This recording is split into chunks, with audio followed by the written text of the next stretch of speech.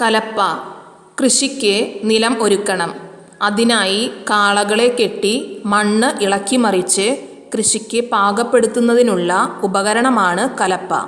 പ്ലാവ്, തേക്ക്, വാഗ, കാഞ്ഞിരം തുടങ്ങിയ വൃക്ഷങ്ങളുടെ തടി ഉപയോഗിച്ചാണ് കലപ്പ നിർമ്മിക്കുന്നത്.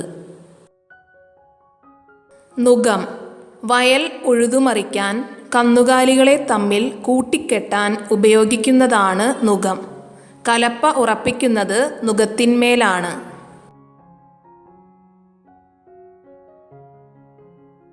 കരി. നിലം ഉഴുതുമറിക്കുന്നതിന് ഉപയോഗിക്കുന്നു. നുകത്തിന്മേലാണ് കരി ഘടിപ്പിക്കുന്നത്. ചവിട്ടുചക്രം. കൃഷിസ്ഥലം നനയ്ക്കുന്നതിന് വെള്ളം തേവാനായി ചവിട്ടുചക്രം ഉപയോഗിച്ചിരുന്നു. ജലചക്രം എന്നും ഇതിന് പേരുണ്ട്.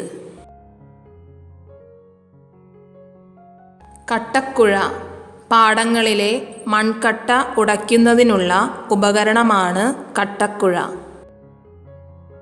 പറ. നെല്ലളക്കാൻ ഉപയോഗിക്കുന്നു. 10 ഇടങ്ങഴി നെല്ലാണ് ഒരു പറ നെല്ല്. കോരിക. നെല്ല് കോരാനായി ഉപയോഗിക്കുന്നു. ഉരൽ, ഉലയ്ക്ക. അരി പൊടിക്കാൻ ഉപയോഗിക്കുന്നു.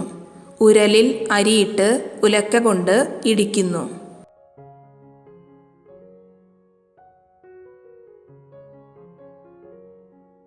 നാഴി.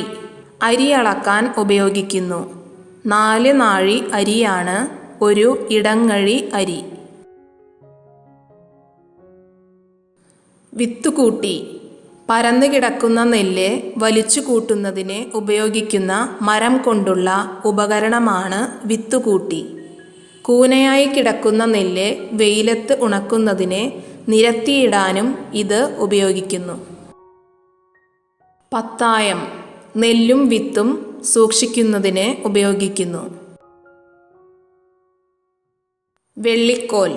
പണ്ടുകാലത്ത് നെല്ലും മറ്റും അളക്കുവാൻ ത്രാസിന് പകരം ഉപയോഗിച്ചിരുന്ന ഉപകരണം. ഇടങ്ങഴി. നെല്ല്, അരി തുടങ്ങിയവ അളക്കുന്നതിന് ഉപയോഗിക്കുന്ന ഒരു അളവുപകരണമാണിത്. ഇതിന് വൃത്താകൃതിയാണ്. പനമ്പ്.